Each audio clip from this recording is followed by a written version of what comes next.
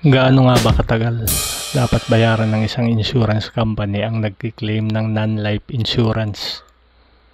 Gaya halimbawa ng nakarnap na sasakyan. 3 buwan, 5 buwan, 6 na buwan.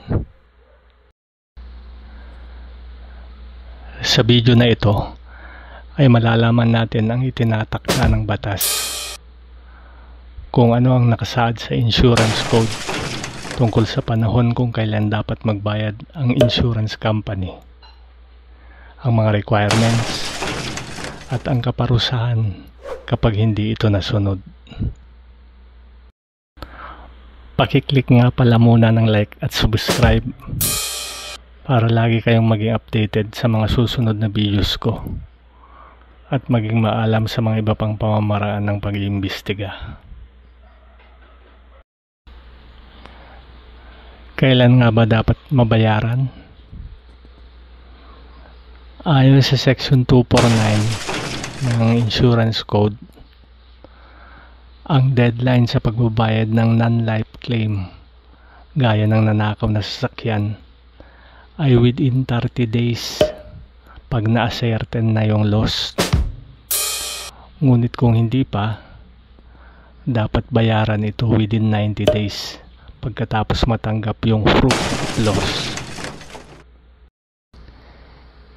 Isang halimbawa ay sa kaso ni Widjanko versus UCPB na may JR number 257086, kung saan tumanggi ang insurance company at nagsabing hindi na dapat bayaran ang nagki-claim ng insurance sapagkat nahanap na ang nakarnap na sasakyan, kaya ayaw nang mag-issue ng highway patrol ng proof of loss.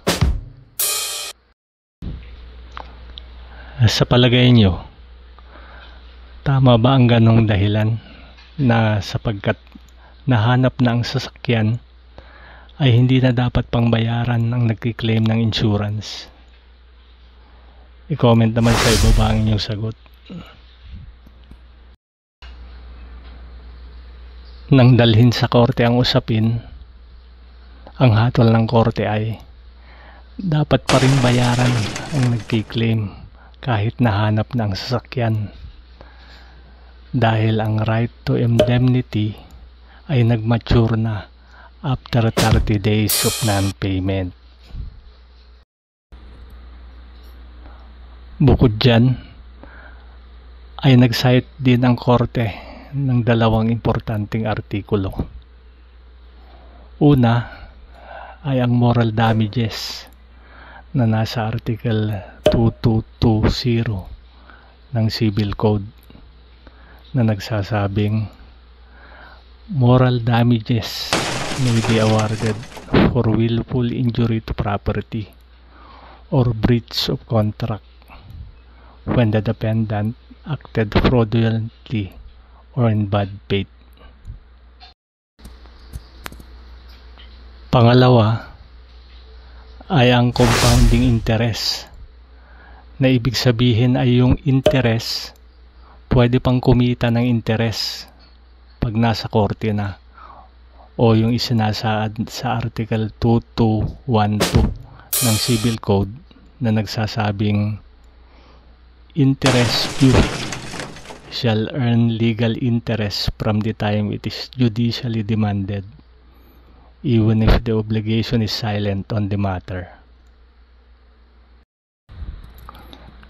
May natutunan ba kayo o wala? Paki-comment naman sa ibaba kung may kwenta ang video na ito upang higit ko pang mapaganda ang susunod na mga content ko. Paki-hit na rin ng like at subscribe kung sakali. Hanggang sa susunod.